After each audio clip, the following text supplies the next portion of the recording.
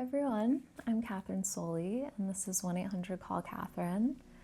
And as always, let's jump right in and hear from our first caller.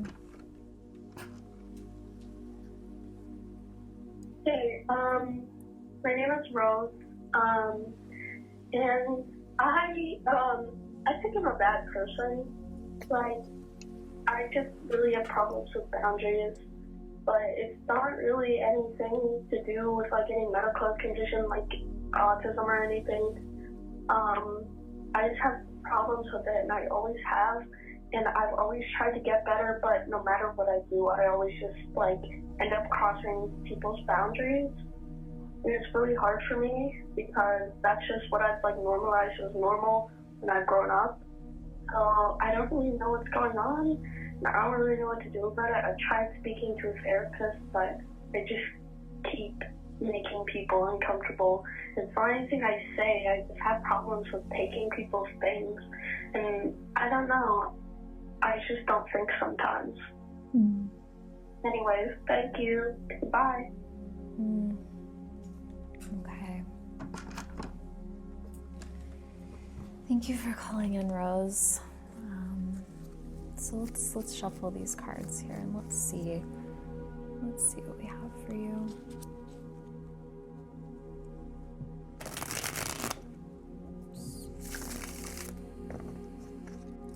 So as I've mentioned before, and I'll probably mention again in future episodes, I always have to shuffle the cards twice. I've just been in that habit for years. The idea of starting a reading without shuffling 2 times, I couldn't do it. I can't do it.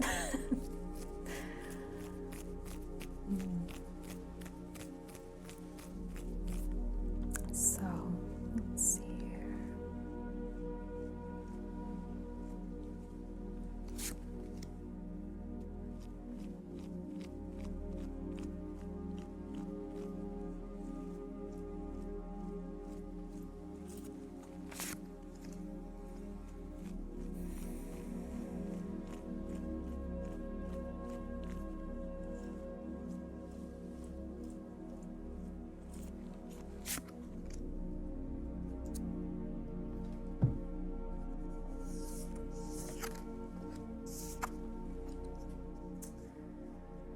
Okay, so we have the Ace of Cups, the Six of Swords, and the Six of Cups. So, overall, when I look at these cards, what comes out to me, first of all, is that, or just to kind of summarize what I see from my first look at the cards, is that you're starting a new chapter of exploration of where these sort of feelings, where these sort of behaviors or habits originated. And it sounds like you sound, by the way, very self-aware in your call. You're saying you have a hard time maintaining boundaries with people. I don't know, exactly what the boundaries are. You mentioned taking things from people, so I don't know if that's, you're taking, you have a little kleptomania in there, and maybe but my sense is that there's also that's just one symptom, that there's probably other ways that difficulty with boundaries expresses. You're aware that it's not a medical condition, which kudos to you, because a lot of people will just take one of those labels and then stop their exploration of of self-reflection and exploration of their trauma of their life and how certain behaviors and certain behaviors that are making life unpleasant, to say the least, where did those originate from? When you just take one of those labels, sometimes it can just stop the exploration, and then that's it. And you're also aware that, you're saying something about you said something like, this is all that you know, or just what you're used to. What did you say here? It was normalized, like this is how you grew up. So it sounds like you're aware that this is something that you learned from your environment, from parents or whatnot, growing up. So you sound like you have a lot of self-awareness around this, which is a really good first, or not even first, but it's you know, you're on the journey already. Self-awareness is not, it's really actually, I don't know, we're all I think most people struggle with that, especially when it's around things that we don't like about ourselves, or things that are painful to look at, or things that would be difficult to change or to go towards. Self-awareness is so you should be happy with yourself that, you know, you have this level of self-awareness so far. So it sounds like you already know that there's something from your life, something from your past, something from childhood. Like you said, it's just what's been normalized. But that's what I'm seeing, you know, reflected here, is that there's a new kind of layer of exploration around this that you're engaging with at this time. The newness is coming from the Ace of Cups here, and then we have the Six of Cups, which I think, you know, this is our 5th episode of the show, and I think the Six of Cups has come up in a lot of the readings, which is not always surprising. So I've talked about the Six of Cups before, but in the Rider-Waite-Coleman-Smith deck, which I don't use that deck as a reader anymore. I stopped using it a few years ago because it's so pictographic. Like, you can really, they really have shown a lot, I think too much, and so because you can project onto it, so people will project onto these cards, good or bad. And as someone who gives readings to other people, it was difficult at times. Sometimes people would see a card and be like, oh no, and it was really just like, no, you're, for example, one time I gave a reading to someone and it was the Four of Swords, and the card in the reading was around just, you know, resting and kind of waiting before taking action, but they just were like, oh, it means death because it shows a mausoleum. So they were, you know, but that's not what the card was, you know. Anyway, so but all that being said, with the Six of Cups and the Rider-Waite-Coleman-Smith deck, it's the only card in that deck, I believe, besides the Sun that, well, I guess there's a couple other cards that depict children, but this is, you know, the only one that really focuses on the children. And so when I see the Six of Cups come up, I often think, not always, but I often think about childhood stuff. And so saying you're a bad person, by the way, just like breaks my heart to hear that. I know that people will disagree with me on this, but I don't really believe in like good or bad people. It's just people become who they are based on the experiences that they've had. And my guess is, based on the things that you've said, you probably didn't have the easiest go of it in early life. And so that's going to be reflected now. But you don't have to stay this way. There are many, many people, and maybe if anyone's listening and wants to share encouragement of, you know, if you've gone on this route, like, please do so in the comments. But many, many people out there who are healing their familial passed down traumas that are, the line stops with them. You know, it's like, you know, a lot of people have heard this by now, so this may be repetitive for some of you, but, you know, you have an abusive parent. Oh, that parent was abused by their parent. That parent was abused by that parent. And, you know, maybe, I don't know how far it goes back. Maybe it's that parent that started it was in a violent war, and that war experience now trickles down through the generations of this passed down trauma of abuse. And people just repeat what they know because it's like how we get conditioned in early life. But you don't have to keep continuing these patterns that you've been taught. That's all that you've known. You can actually go towards those patterns and heal them. And this is where therapy comes into play. And you said that you saw a therapist, but my sense was that it wasn't fruitful, or that it didn't really help. And I've mentioned this in other episodes, but just because someone is a therapist, just because someone went to school and got a degree, does not mean that they're good at what they do.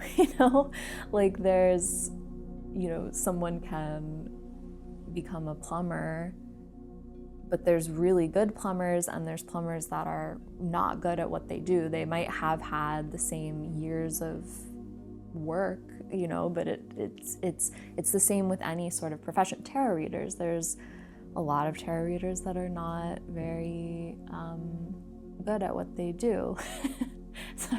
sorry to say. And the same is true for therapists. And so unfortunately, sometimes you have to find the right person. You want to find someone who ideally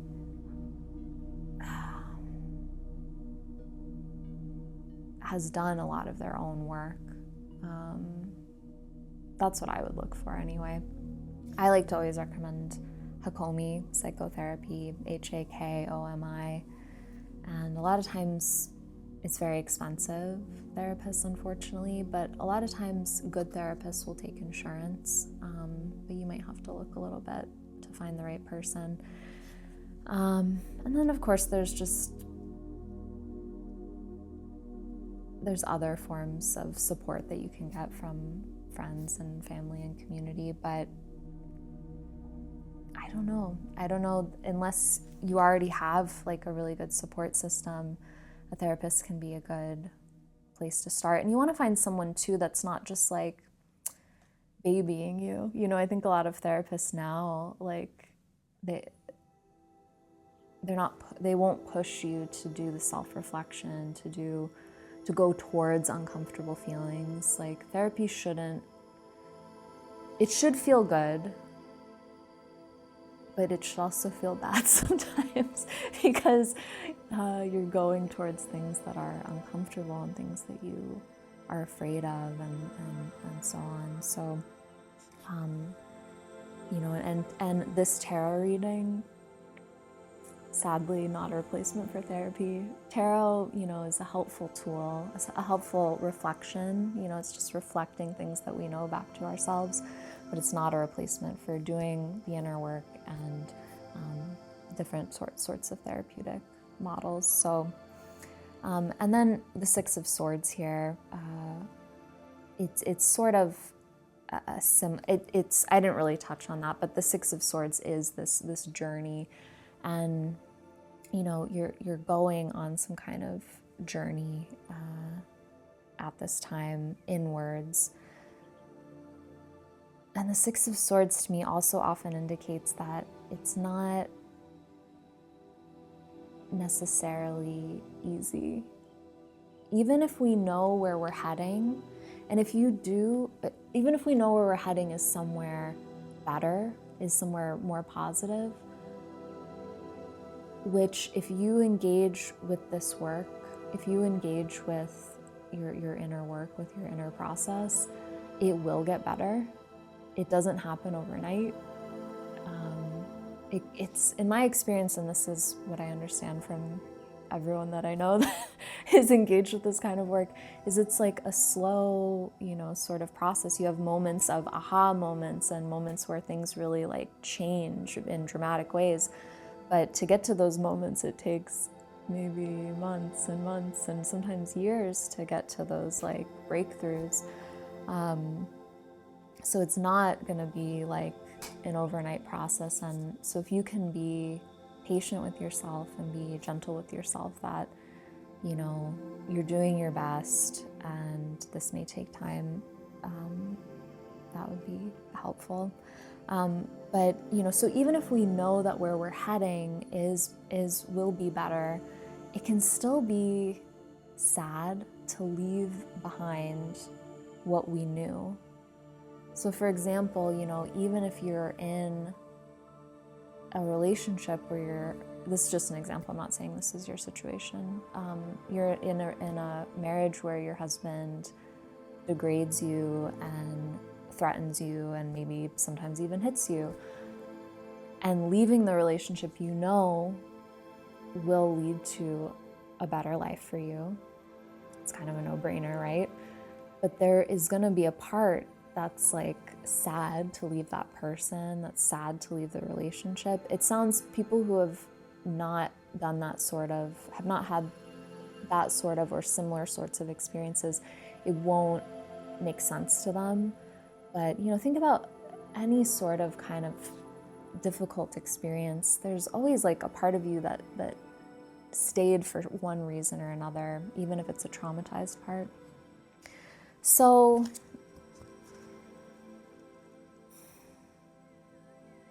really the reading here is not so much any kind of advice or anything, but it feels like it's just affirming you're on this journey of inner reflection right now, inner exploration, and to continue on that path. And that it may take time, and that just because there are feelings of fear about leaving behind what you've known, or feelings of, you know, that fear could be like, I can't do it. I'm not good enough. I'm not smart enough. I'm just too fucked up. You know, a lot of people think that. A lot of people think, oh, I'm just too fucked up to get better. And it's just not true. It's not. If you stick with it, if you keep with this process, if you keep with yourself, it will get better.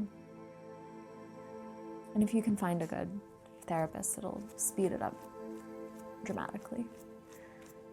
So let's pull an oracle card here for some guidance with these themes going forward.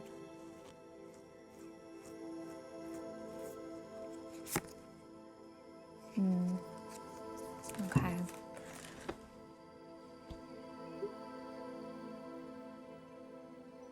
So in this oracle deck, this is the Usi Super Oracle deck, by the way. But in this deck, there's a couple cards that don't have names, and this is one of them. And to me, when I see this card come up, I always think about coming to your center. I think about mindfulness. I think about quieting the mind down. For someone that has a more religious background, it could be surrendering to a higher power. For other people, it could look like having a mindful meditation practice. For other people, it could be getting out into nature and just getting into a quieter space. But when I see this in relationship to this reading,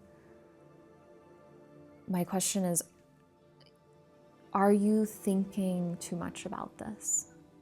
Are you thinking a lot about this? Are you, mulling over in your head day in, day out, like all the time, like, oh, like what's wrong with me? Why can't I do this? Oh, this thing happened to me, and because that person said that to me, and that person did that thing to me when I was a kid, and now I'm broken. I can never be fixed. I can never be a good person. Why is so-and-so such a good person? Look at them. They have their shit together. I don't have my shit together. Oh, what's wrong with me? Oh, I just, if there's some variation of that, and sometimes, here's the real kicker, that voice sometimes is, we're so used to it, we don't even notice that it's there. It's like, the air, like we don't really notice. I don't notice that there's all this air around me. I don't think about it because I'm breathing, I exist. This is the reality that I exist in. And so certain self-deprecating belief systems, thoughts that we have, they run on autopilot in the background, and it's just like the air that we breathe. So you may not even be fully conscious that it's there. Maybe you are. It sounds like you probably are to some extent, but can you come back? The other thing, I always like to recommend therapy for people, which a part of me is embarrassed to do so now. I wasn't like 5 years ago, but now just therapy culture is so disgusting to me. It's so like repulsive, pop therapy, that and people are just misusing it so much, misunderstanding it so much, and so it gives it a bad name, and I don't want to be associated with those people. I'm just but I always like to recommend therapy regardless. You can find a good therapist.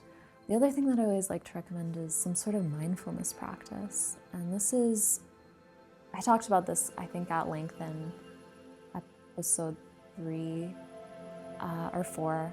I don't remember. One of the more recent ones about meditation.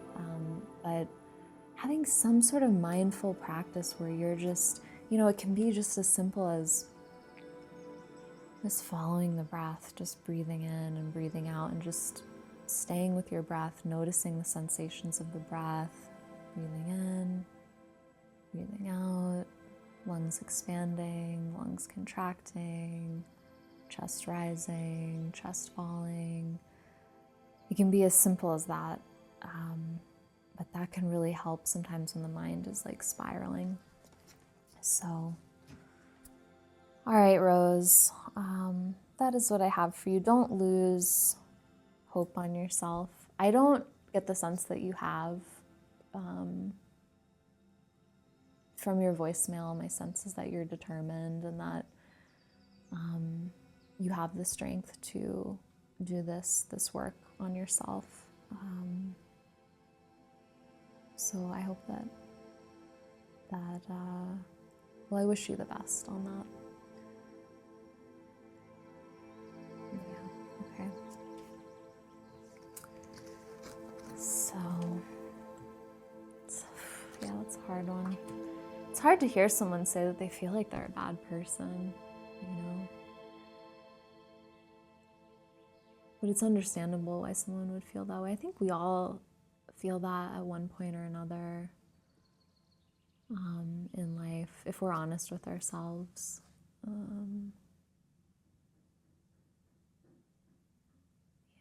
Okay.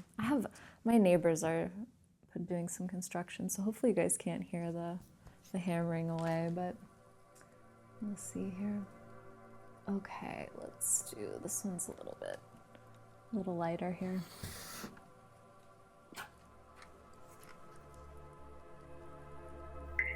Hi, Kathryn. I have a little problem that I'm hoping to get your help with. My husband recently accepted a promotion, and he's been doing it for a couple months now, and we're finding that our family dynamic has really shifted since he took this new job, and it's starting to affect the amount of time we can spend together and also our kids. So he's thinking about declining the promotion and going back to his old job. But I'm worried that if he does that, that will mean his career advancement opportunities are at an end, and that will lead him to be unhappy later. What do you think the best thing to do is? Thanks, Stacy. All right, Stacy. Not the worst problem to have. It's a problem, but yeah, there's a wide range, the calls that I get, of level of intensity of issues, and yeah. But the thing is, when there's something going off, I want to say going wrong, but hard to use that word in some ways, but when it feels like there's something going wrong in our lives, it doesn't matter if it's a big problem or a small problem, it can be really engulfing.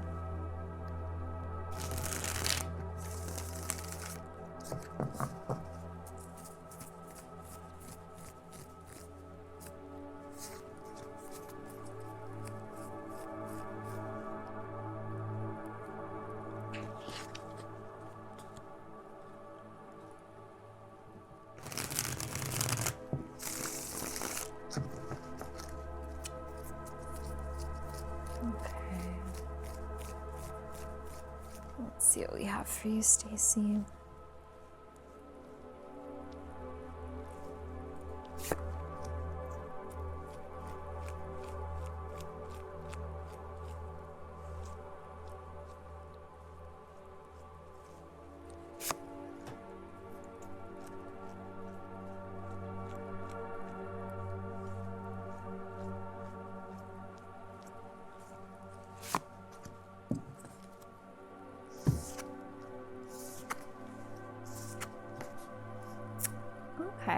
So we have Judgment, we have the Nine of Pentacles, and the Ten of Cups. So it's an interesting combination because when I see the Nine of Pentacles and the Ten of Cups, to me, there's a similar kind of energy. There's a sense of abundance, there's a sense of satisfaction, a sense of fulfillment. And so, you know, I always say there's no good or bad cards. There's no good or bad reading, positive or negative cards, whatever. The cards just are. And, but I'm human, okay? And when I see these two cards, generally in a reading, I'm like, that's a good sign. Like, it's okay. It's generally not a problem, okay? And then the Judgment card is neutral. It's a neutral card, like they all are. But the energy is quite different. You know, when I see the Judgment card, I think about reflecting on the past, things from the past coming into focus, coming into fruition to be dealt with. And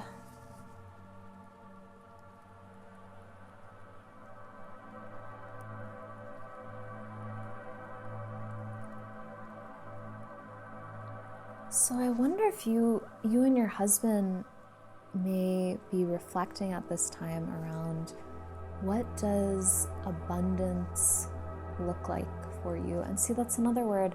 I find myself running into these problems all the time now, where certain words that I've used without shame for years, I don't want to use anymore. Abundance is one of them. And the reason is because of the culture around those words can be kind of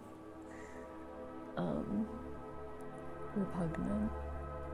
But you know, abundance, it doesn't just mean financial abundance. So in this situation, you said that there's a promotion. So I'm going to assume that there's more money involved and that that's the appeal of it, because it sounds like, well, you know, I don't know. Maybe the appeal of it is also that your husband likes the promotion, that it's a better position. Maybe he enjoys it, but then, you know, the downside is that there's less time for family. But you know, when I think of that word abundance, it's like applies. It doesn't just apply to money, and it's also not, in its highest expression, is not based on external metrics, is not based on the number in the bank account. It's based on a more internal mindset. So you can have abundance of love, you know, you can have abundance of time with your family, you can have an abundance of,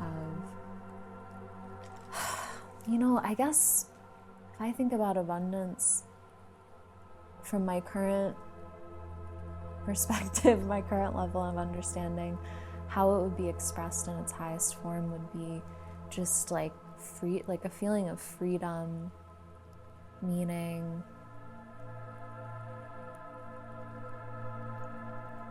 not feeling boxed in, not feeling pressured, not feeling tightened, not feeling like someone's going to take something from you, just feeling like at peace and feeling spacious within yourself, regardless of external circumstances. And so this is not necessarily super easy to get into that mindset, I will say.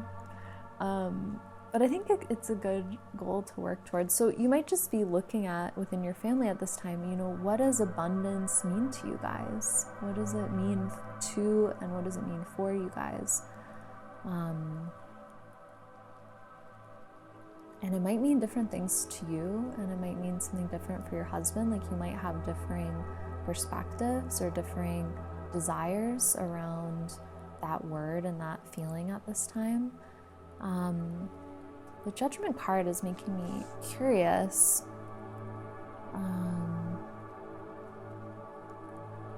Because I wonder if there's something from the past, if there's some sort of ingrained belief system or ingrained idea about how life should look that may be kind of coming to the surface now, for either you or your husband around, it could be around the themes of abundance, so to speak. And you could, instead of, let's leave that word aside because there's too many strings attached to it now.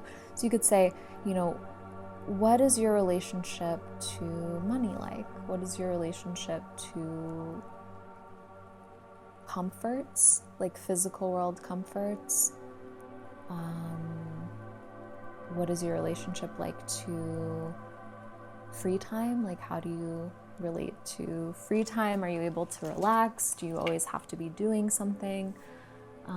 There are certain people that are like, they have time off and they're like, okay, what's next? What do I do? Gotta keep busy, gotta keep going, gotta be productive.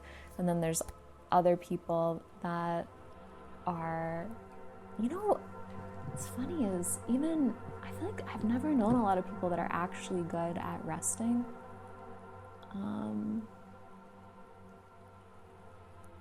There's the productive kind of person that I just mentioned, and then there's also the person who stays busy but in like not productive ways.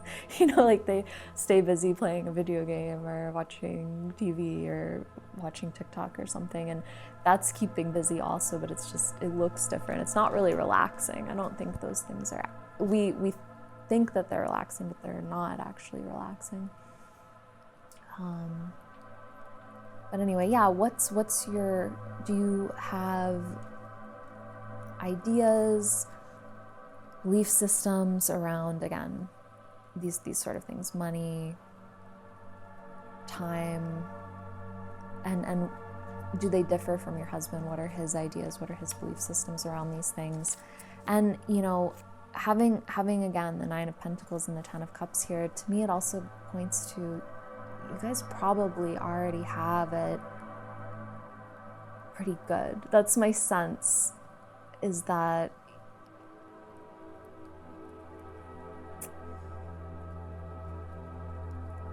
I almost want to say, like, whichever way you go, it seems like it's neither way. If he goes back to an old position or if he stays with his current promotion, my sense is that neither one is really like wrong. They just may put a value on a different aspect, a different quality in your lives. So let's pull an oracle card here for some guidance with these themes going forward.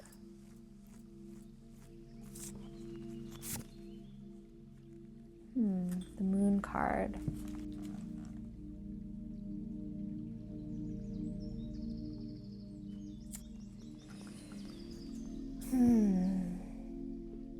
So, seeing this Moon card here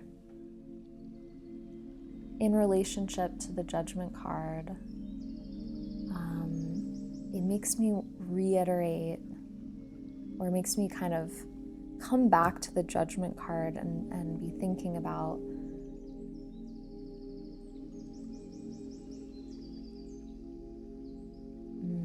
is there something deeper here going on? On the surface it feels like you guys are fine, like that's the sense here, but then is there a deeper fear that you have around your husband's promotion? Is there a fear, you say here too that if he doesn't take the promotion, what if it leads him to be unhappy later? Is there some sort of fear of losing your husband in some way, of seeing him less? Is there an insecurity here? Is there something, these are just guesses, just examples, but is there something more going on here than just the promotion, than just the job? Is there something else? And so the Moon card invites some inner reflection, some looking inwards around this subject. Okay, Stacey, that is what I have for you for this one.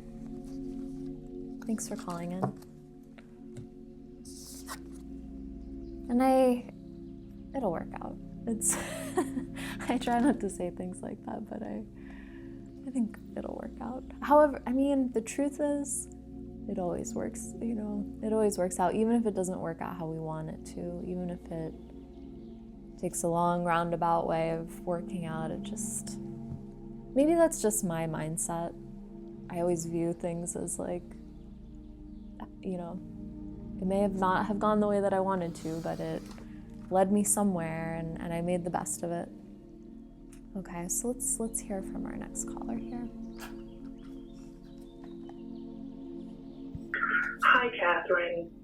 I absolutely love your work. I'm calling in today because I've had a really challenging last couple of years.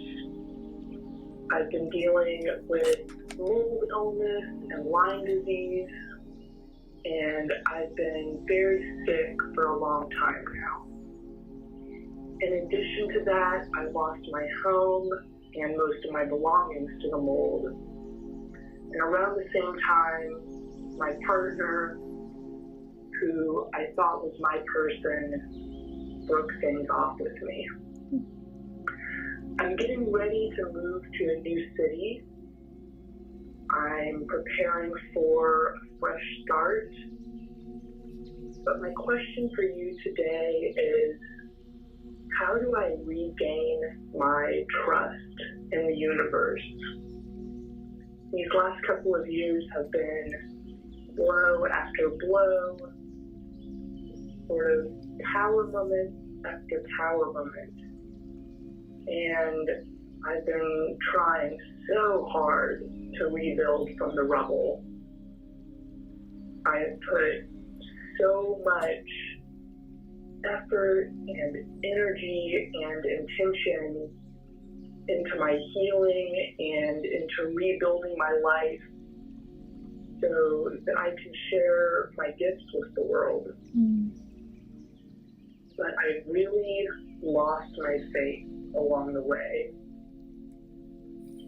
So yeah, any insight that you have for me into how to once again trust that the universe has my back, or that these things that I've been going through are not happening to me but are happening for me, would be so deeply appreciated. Because I have this feeling that trust and trust in the process is a fundamental aspect of this healing journey.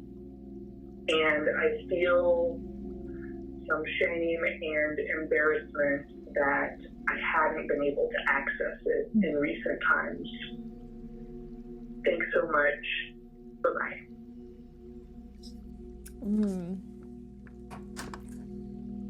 Thank you for calling in.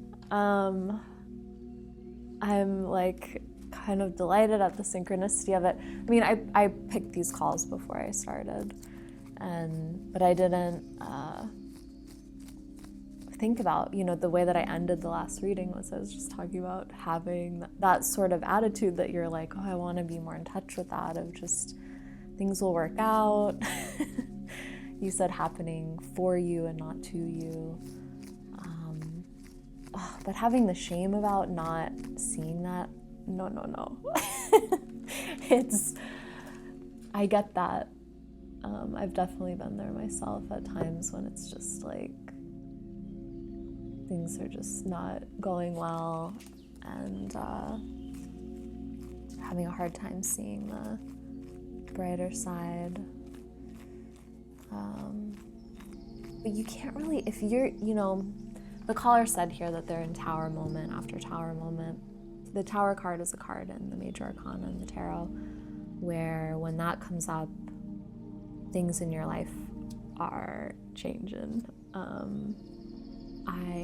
We had a caller a couple episodes ago talking about their Saturn return. When I was in my Saturn return, every single day, I'm not kidding, every day for like ever, I was pulling the tower card, and it wasn't for you skeptics out there, it wasn't because the card was like bent in the deck or something like that. It didn't matter what deck I was using. I was pulling the Tower card again and again and again. And my life was going through major changes. So the Tower card is, you know, it's a powerful card. One of the most powerful cards in the deck. But when you're in the Tower card, it's like you can't see out of it. You're not ready to see where it goes yet, because you're still in it. It's like if you think about the butterfly and the chrysalis. Doesn't the butterfly or the caterpillar like turn to a soup, like turn into mush in the chrysalis? That's like kind of what the Tower card is like. You're like in the mush, you are mush, and then you don't know how things are gonna be rebuilt yet. You don't know how the butterfly is gonna come into being, because yeah. Okay, let's see what we have for you, caller.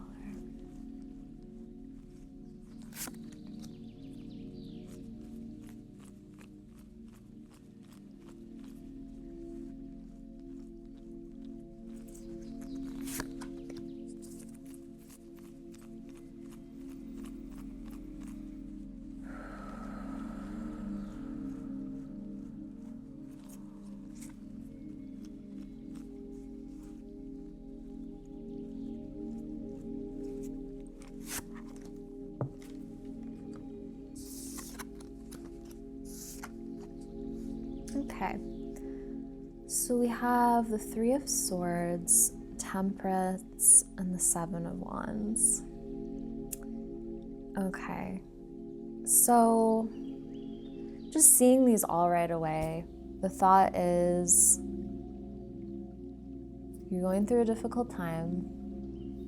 Things are going to take the time that they take. Things are kind of doing their magic. The Temperance card in the Aleister Crowley deck, it's called Art, I think it is. But for a second, I thought it was called Alchemy. And I think in some decks, people might call the Temperance card Alchemy. And there is something, you know, in the instance of this reading, I'm gonna call it Temperance, but I'm gonna relate to it as like an alchemical kind of card, that things are coming into balance, things are balancing. And to not get ahead of yourself, to just be patient with this. You're mush. You're a liquid worm right now. and it's just, you don't know where it's going to lead you, but if you can just, you know, be with it, be with this temperance thing, you'll be okay. I almost feel like I don't even really need to say much more than that. As a reader, it's much easier to do readings around things that you understand personally, you know. I imagine it's the same like with a therapist. Like I was talking about finding a therapist earlier, and I almost said, you know, it's helpful to have someone who's been through something similar to what you've been through. And at this point in my life, I don't think I could work with someone in a therapeutic context if they hadn't experienced something similar to what I had experienced. You know, like it's not always the case, because sometimes people are just really good at seeing what's needed, and, you know, but I'm always like, why am I going to take advice from someone who doesn't understand what I'm talking about?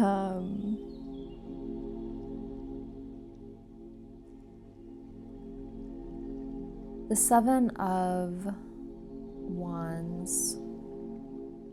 Apologies if I called this the Seven of Swords. I might have said that, I'm like realizing, but it's the Seven of Wands. It can be this feeling of like, this feeling of stress, like I've got to get this done, I've got to do this now. So you know what? Sometimes this is how the readings go, and the thing is, when I'm charging people for it, I always try to like give as much detail as I can because there's a certain time frame that I need to fill, but really a lot of times this happens with the readings. The reading comes out and I'm like, this is what it is. And I think I'm just gonna leave it at that. This is what it is. And just to say it again, going through a difficult time, things are working. You're on the journey. You're in it. Things are alchemizing. They're coming into balance. They're coming into harmony. Don't beat yourself up about where you're at. Just let this play out. And what did you say here? You said that you're really putting in a lot of effort and energy and intention into this. So you're on the right path then. You're going. You're in this.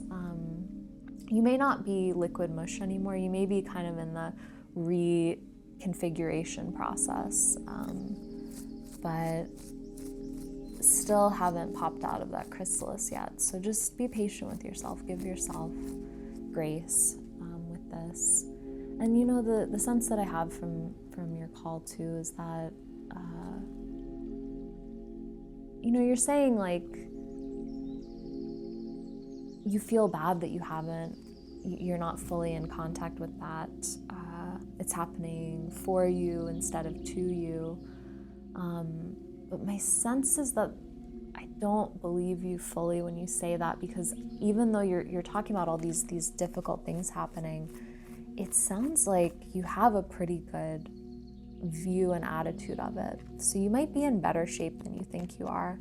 And the thing about trust, you said you have the feeling that trust in the process is a fundamental aspect of the healing journey. I think you're on the right page there, and it feels like the reading is reflecting that. If you can just trust in this process. So let's pull an oracle card for you, okay? Let's see what we have here. Another one of the no name cards. And a very perfect one, I think, for this reading. So when I see this one come up, I think about this like divine balance. It feels like it's reflecting back some of the themes here of the Temperance card.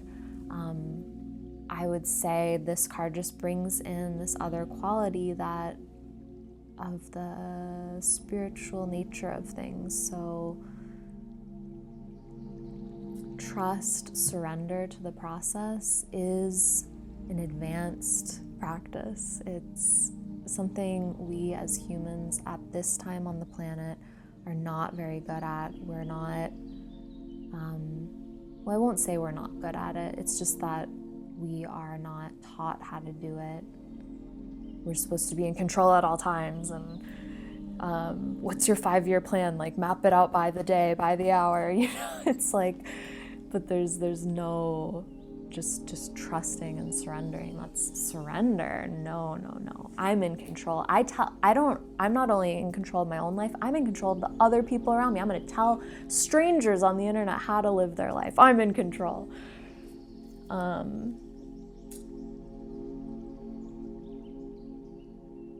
So that process of trusting is really like a more advanced kind of spiritual practice, I think. And so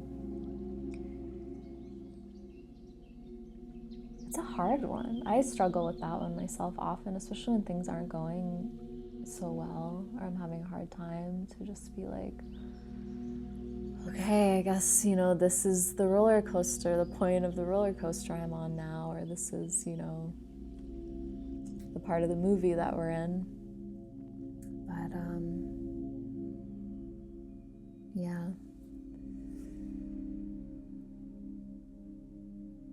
So lean into that part of you that knows, that more, you could say spiritual part of you.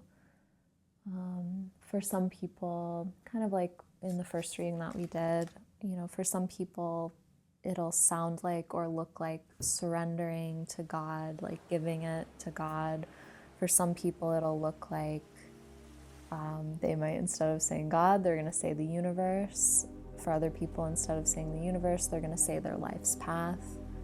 For other people, instead of saying their life's path, they're going to say themselves. It doesn't really matter the language, but people are going to relate to it in slightly different ways, but we're all kind of talking about the same thing. So, okay, caller, that is what I have for you today. And I wish you the best on that journey. It is, tower moments are hard.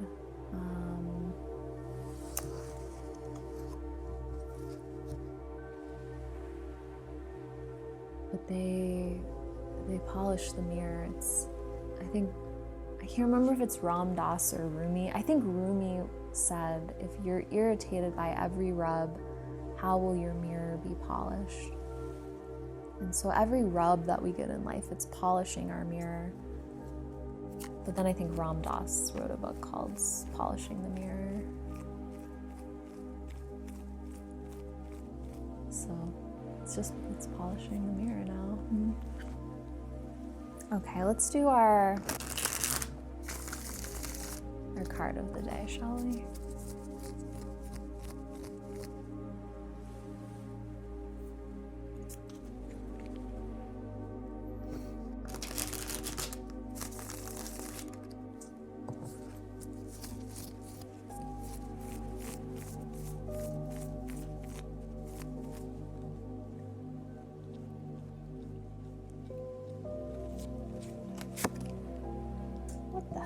Judgment.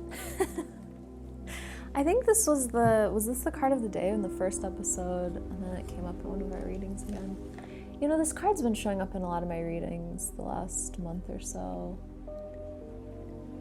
which is an interesting thing as a reader, that certain cards show up during certain periods of time, and there's a sense that collectively we may be working on different themes. And so is there something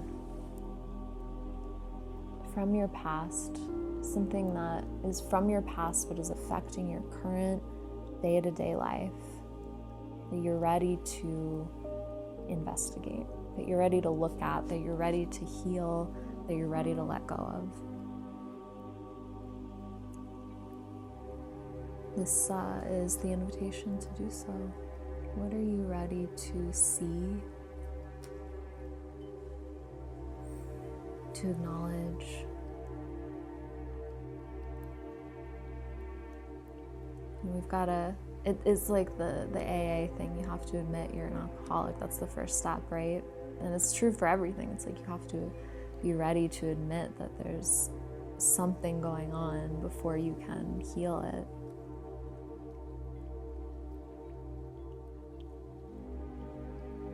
Okay, everybody. Yeah, that's what I've got for today. I hope you guys have been enjoying the show. If you are enjoying the show, please like and subscribe. I feel like such a dork saying that, but I think I'm supposed to. I think it helps with the algorithm. The algorithm is really terrible for me on Instagram. My stuff doesn't really get shown to anybody anymore, so if you can share this with folks, whether through various social medias, with friends, whatever, that would really help out the show. And if you want to learn how to read tarot yourself, I have, believe it or not, $5. It's not a scam. I'm not trying to get you to buy anything else. It's just how I operate. I'm not a very financially needy or greedy person. But on my Patreon for $5, there's about 30 hours of video classes on the topic of tarot, on the major arcana, and on how to read tarot. Also for the $5, there's I don't even know, I've lost count how many other classes, maybe 50 or 60 other classes on topics like plant-spirit communication, poisonous plants, herbal medicine, herbal smokes, herbal aphrodisiacs, symbolism, self-care, true self-care, not the superficial kind, dream symbol. Oh, I talked about symbology already. Yeah, there's lots of stuff. I also do a monthly tarot forecast on that each month. And if you go up to the $24 a month tier, there are an herbal care package that I ship out every month, usually a little flower essence. I also give tarot readings through my website, so if you'd like a personal reading from me, you can find those available through my website, kathrynsoli.com/tarot. And then my other major big time offering is the Poisonous Plant Medicine course, and I have a new round of that starting September 22nd. It's a really cool class. If you like my vibe, you like, how I give these readings, you'll probably enjoy the Poisonous Plant Medicine course. We talk about a bunch of different plants. We talk about plant-spirit communication. We talk about the intuition. We talk about myth. We talk about our own psyche, shadow work. It's super cool. It's probably my favorite thing that I get to do in my life, and so signups are open for that now. Okay, everybody, I hope you have a good day, and I will see you next time. Thanks for tuning in. Bye.